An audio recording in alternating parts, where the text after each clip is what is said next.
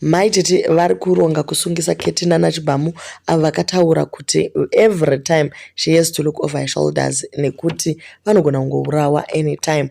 Uko Tom Jones atukwa namazepe kupindira nyaya yevakadzi uye kuripota GoFundMe. Update zvakare yeGoFund yakaitirwa mukomana wasu yapa 850 of 10,000. Welcome back to your channel. Please don't forget to like and subscribe. Regai tingoti kavara since mamboona mama video muri kuziva zviri kuitika.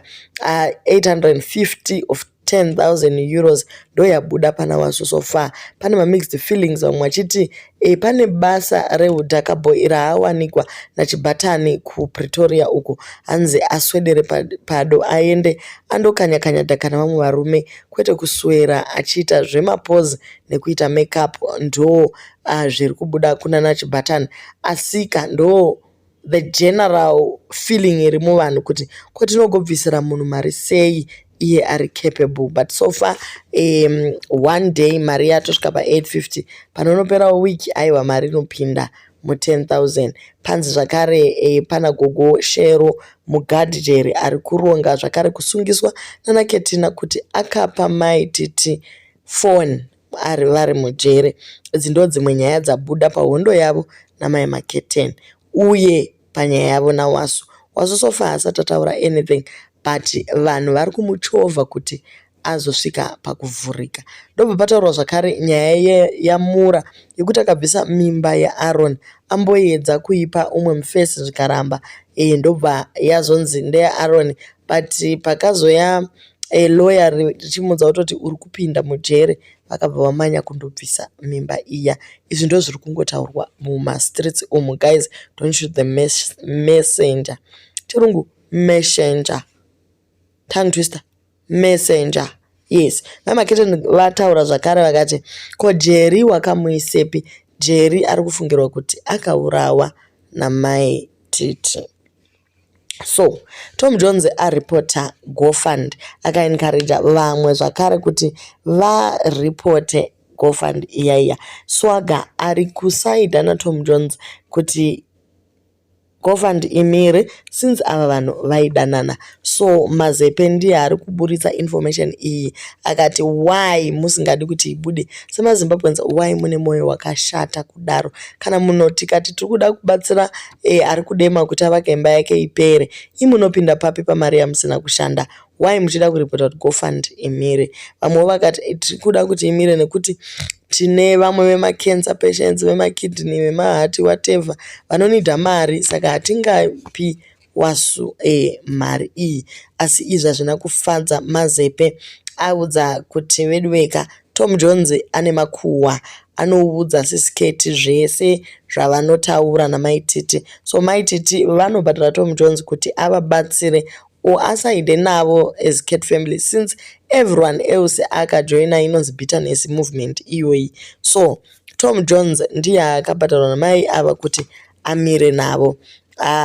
Mai maKeten wakonfirma zvakare kuti anobhadharisawo zvechokwadi kuti atuke nekuti akambopiwa mari namai maKeten kuti amire zvakare neCat family mai vari mujere. So akabhadharwa 500 kuti atuke Keti.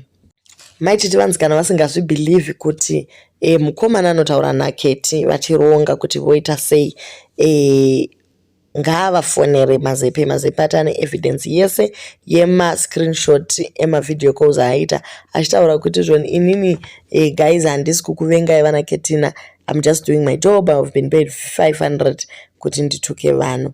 Uye anzi ane mbobobo nedivisi zvinhu zvinozikamwa namazepe izvi anditika.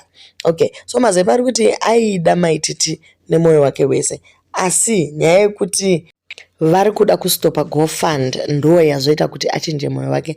Ari kuti pese paitukana sise mama Keti vachitukana namaititi iye aisuduruka, aisada kupinda muconflict yavo, but iko zvino atoti ndatoita wekudaniwa kuti ndipinde muconflict iyi nekuti pana Wasu guys ngatimbomuregai mwana uyu musarwadzwe nemari yamusina kushanda.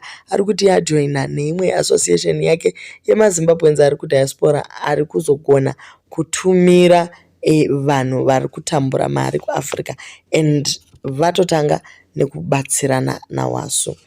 Mazepe ari kuti iwewe kana une mwana wawakaadopta uchiti unobatsira hapana need yekuzotaura kuti istreet kid, nekuti by the end of the day it is a reflection on you kuti you are actually doing it for clout, wanga usingazviitiri rudo. Iye ari kuti Keti akamudana but hapana paachanzi Keti achamudana kuti street kid. Keti chaichai ndikamutadzira Keti ndokupromisai nhasi kuti you will never kumuona Keti ari panhingi ari paFacebook. Azviite because she signed an agreement kuti ndiri mwana wake. Anditi hapana zuva rachabuda achiti Mazepe vese vane vaitaura kuti Keti naMazepe vachazoti Keti naMazepe vachakonana. Guys, da kukudzai chokwadi kuti bond yangu naKeti iri very strong. Handidzi kana ndataura chirungu chinohwisika here. We shared a lot naKeti, a lot. We shared a lot. Muri kuzvinzwa here? And there is nothing zvinoitika. Tarisai muone gore ratopera dhavo. Mamboona drama. Kuzhekwe paya pakaita misunderstanding yekavidhio kakaitwa naSabina akaposta. Zimunoizi makers ndiye Sabina ataura dama Mazepe ari kuti iye samadzibaba ari kuda kuti adzore maitete avarayiri munhu hasekwi guys. Aid yenyu yese yamaisipa iya kumajere kumaprison kupi kupi zvinongotiradza kuti we actually doing it kuti mungoonererwa, nekuti maakuti orphan nhasi maakuti street kid asi ndimizve munochengeta street kid, saka zvoreva kuti muri kutonakirwa ka nemasituation evana ivavava. Mazepe azopromisa Tom Jones kuti anogona kutongomurovera nyaya iyoyo yekuti uri kuda kutaurisira mari usina kushanda mari dzedu. Ari kuti angosevhwa nekuti ari kuEurope, otherwise anga achikuvadziwa mukomana. Ndotokudza waita laki rongoti ndiri kuEurope but ndino zvakanakisa pazvibhakira ndakaberekwa nazvo. Ndine mankoromera chaiwo ini okudubura ndokudza Tom Jones nezvibhakira chaizvo. Ndinokurova ndigokusurira ndigokudhotera. Apedza ipapo kupromisa Tom Jones kumurova abva ataura akati hey wedu guys maibvukururu vanorova kureva kuti iye airohwa namaibvukururu asi Tom Jones aiwa anogona kumupedzera. Ivo havo maibvukuru vanorova, maibvukuru vakanyarara vanorova. Inini ndinopopota. Guys ndinopenga handidi kunyeperai. The only reason iri kuita kuti Tom Jones awine panyaya iyi inyaya yemashifts amazepe uye ari kuti iye chikafu chaanodya kuEurope hachimubvumiri kupopota zvakanyanya since anenge akaguta. Ndiyani ina una zvaunondiita kudza chokwadi. Inhau yokuti mazuva ano ndadzikira chete nenhau yokuti chikafu chandiri kudya chakawandisa handinga iwewo nezhara yaunayo pamwe simba rokutaura naro ndikarya ndikagutisa handigoni kutaurisa nekuti kunondorya ka chikafu chandorya nechaunodya uko zvakasiyana. Iwe chaunogona kufamba uchitengawo nyeni nenhingi namabura uchirya. Then pazobudawo vane mibvunzo kuti Keti wayagadzira GoFund iyi. Takamboisa GoFund tikapa vana joy nyika dzino but hatina kuzoziva kuti mari dzedu dzakafamba sei, saka tinoda kuti mari iyi iswe straight kuna Wasu isafambe nechannel dzatisingadzwisisi. So apindura kati aiwa mama Keti munhu ari honest zvachose. Because vamwe vanogona kufunga kuti Keti anogona kudya mari or something like that. That person is very honest. Handisati ndakamboona munhu ari honest saKeti. Ndoziva kuti vanhu vazhinji vanogona kutadza kundibhiliva kana ita senhau yekuti ndiri close naye. Keti haana mari yemunhu anodya. Do you know kuti Keti she's working with a lot of people vanhu vese vamuona vachiuya vai haana mari yemunhu yaanodya nyangwe kama 5 bobo. Saka that being said vanhu vari kungokurudzirwa kuti varambe vachiisa mari kune vanoda kusapota, kune vanofila kuti vanogona kuwana any other help yavanogona kupa Wasu vakangosununguka kuita zvavanoda. Guys, imari yako yaunenge wazvishandira, unodecide kuita zvaunoda nayo. Kana uchifunga kuti une hama dziri kumusha dzinotambudzika wosiyana nekuswera uchitenga maFacebook stars zviri kwauri, mari ndeyako handiti, but kuri kungonzi ngatibatanei semaZimbabweans tigone kungobatsirana. But you actually see kuti kubatsirana kuri kuitwa panapa ndekwemalove nemalikes, ndekudhisana kuti uyu ari kuKeti family kana kuti uyu ari kubitterness. Tiri kuratidza kuti isusu we can stand together and all. Dei zvaingoitiwa on any random day yongoti nhasi guys tangofunga kuti tibatsire Chibhamu timuitire chakati. Okay, so nyaya yedu takunovhara ndeyekuti Chibhamu naKetina vakaita live, actually yanga live yanga iri yaKeti ndobva vaeda Chibhamu ndobva vatanga kutaura nyaya yavo vachiseka zvavaiseka, asi vari kuti izvo vakazotaura zvinhu zvanga zviri offline vachiratidza kuti vari kuthretena maititi. Vakataura zvakare vakati pane mabulldozer anzi ari kutumirwa nemukuru wenyika kuti aende kunodestroya zvinhu zvakavakwa nemasubbook deals, kuri kunzi vanhu vatange nekudema.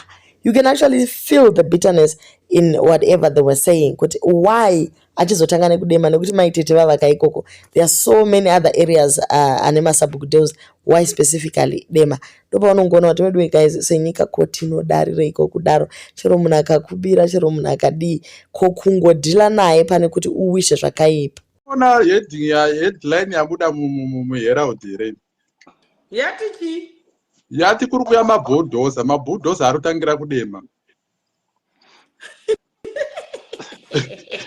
So veket family vari kuti vari kudawo kuita yavo GoFund yekuti varaise mari yekutsvaka an international lawyer kuti vagone kusvikira Sisi Mamakete, kuti kana uri kuisland ikoko unogona here kusungiswa nemunhu ari kuZimbabwe, uye zvofambiswa sei nekuti Tete Midhi varatidza kuti vaexposa pamba panogara musikana because vazoburitsa location yake yaari, kureva kuti now ava pasecurity risk, ndo zvaataura. So ari kutsvaga lawyer rinogona kumubatsira rekuti asungise Tete Midhi vari kuburitsa information nepamba pake paanogara, uye naSisi Mamakete naChibhamu uyo vari kuburitsa information resensitive uye vachithreatena kuti anogona kungofa anytime. So guys, do leave your comments on what you think, kuti nyaya iyi ichabuda zvakanaka here, uye is it necessary kuti vanhu vasvike pakuthreatenana